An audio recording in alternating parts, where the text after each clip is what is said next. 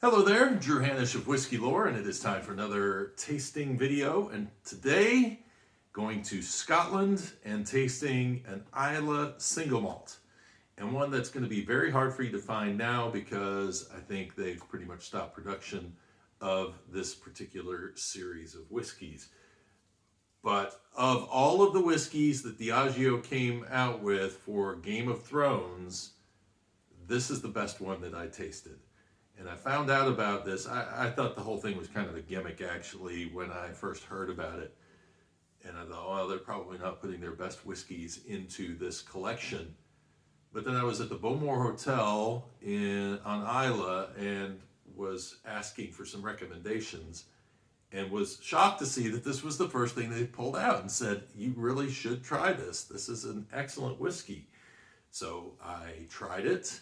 I was really impressed, and then my mission when I got home was to go see if I could find the bottle, which of course I did, because otherwise I wouldn't be tasting it for you today. So I'm going to jump in. I'm going to taste this LAGAVULIN 9 Game of Thrones House of Lannister. And I got to tell you, I'm probably the only person in the world who has not watched Game of Thrones. I watched the first one for probably about 20 minutes, and then I just could not watch it. I love history. I don't love fantasy.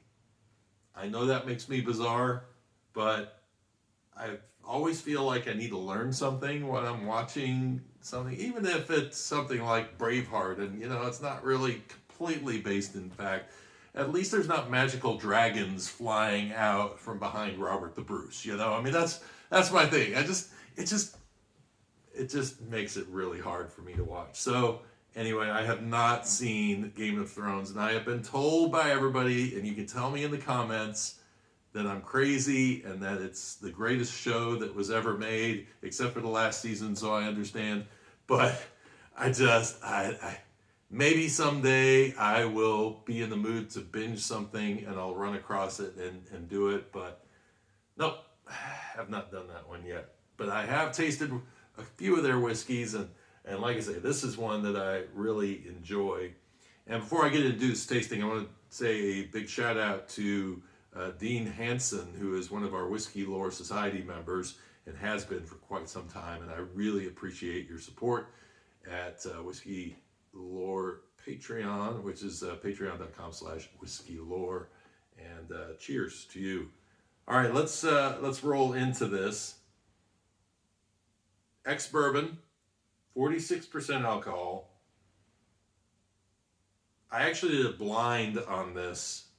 I put 3 whiskeys in a row to do a blind, which is hard. I'm single, lining up the whiskeys on the counter. It was Ardbeg 10, LAGAVULIN 9, and Laphroaig 10.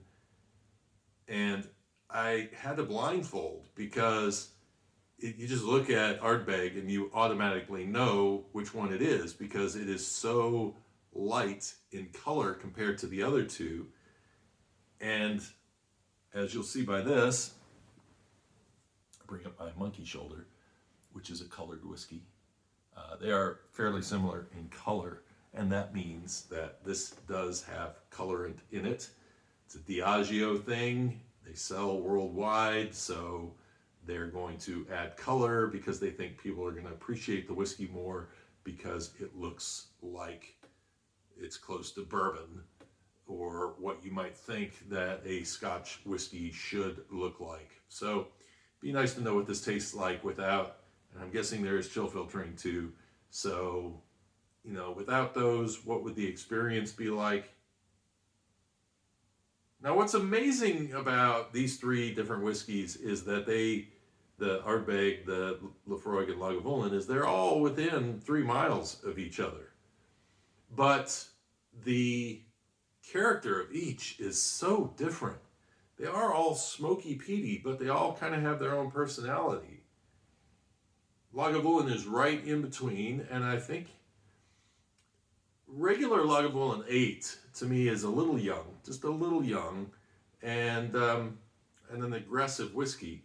This one is not as aggressive, And when I tasted this versus the Lefroy 10, they were really similar. I was amazed that this one actually ends up being a little bit drier, and it was fooling me into thinking that it was Lefroy 10, and it's not. It's Lagavulin 9. So, and I was the guy who said, oh, I'll always be able to pick Lefroy 10 out. It's my favorite whiskey. So when it confuses me between my favorite whiskey and this one, you know that this is a pretty good whiskey. So on the nose, you get smoke, but you also get some stone fruits in there as well.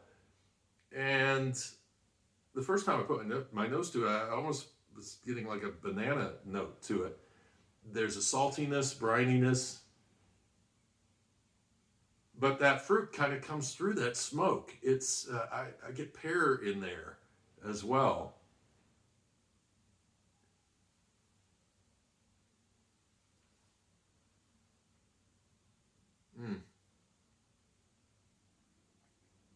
I haven't had Christmas cake the way I think the English have Christmas cake.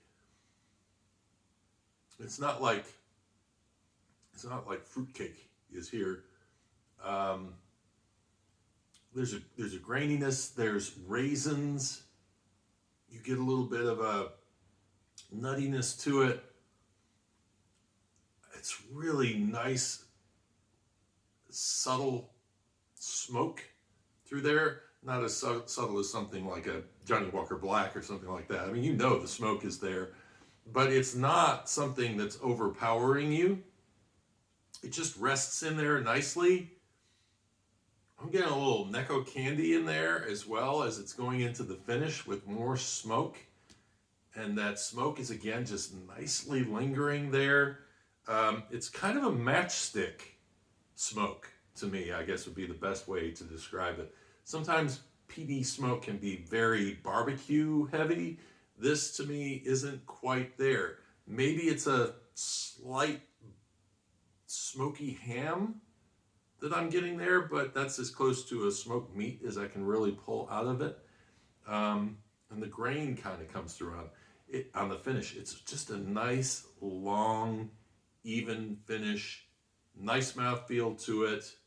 Just a really, really nice whiskey, and it's going to be one that when I get finished with this bottle, I will be sad that this one probably is not one that I can replenish somewhere down the road.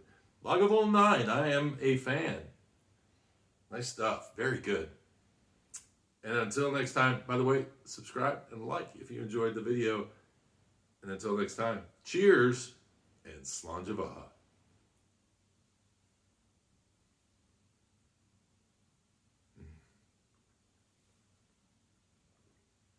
Let it hit the sides of your tongue. Really, really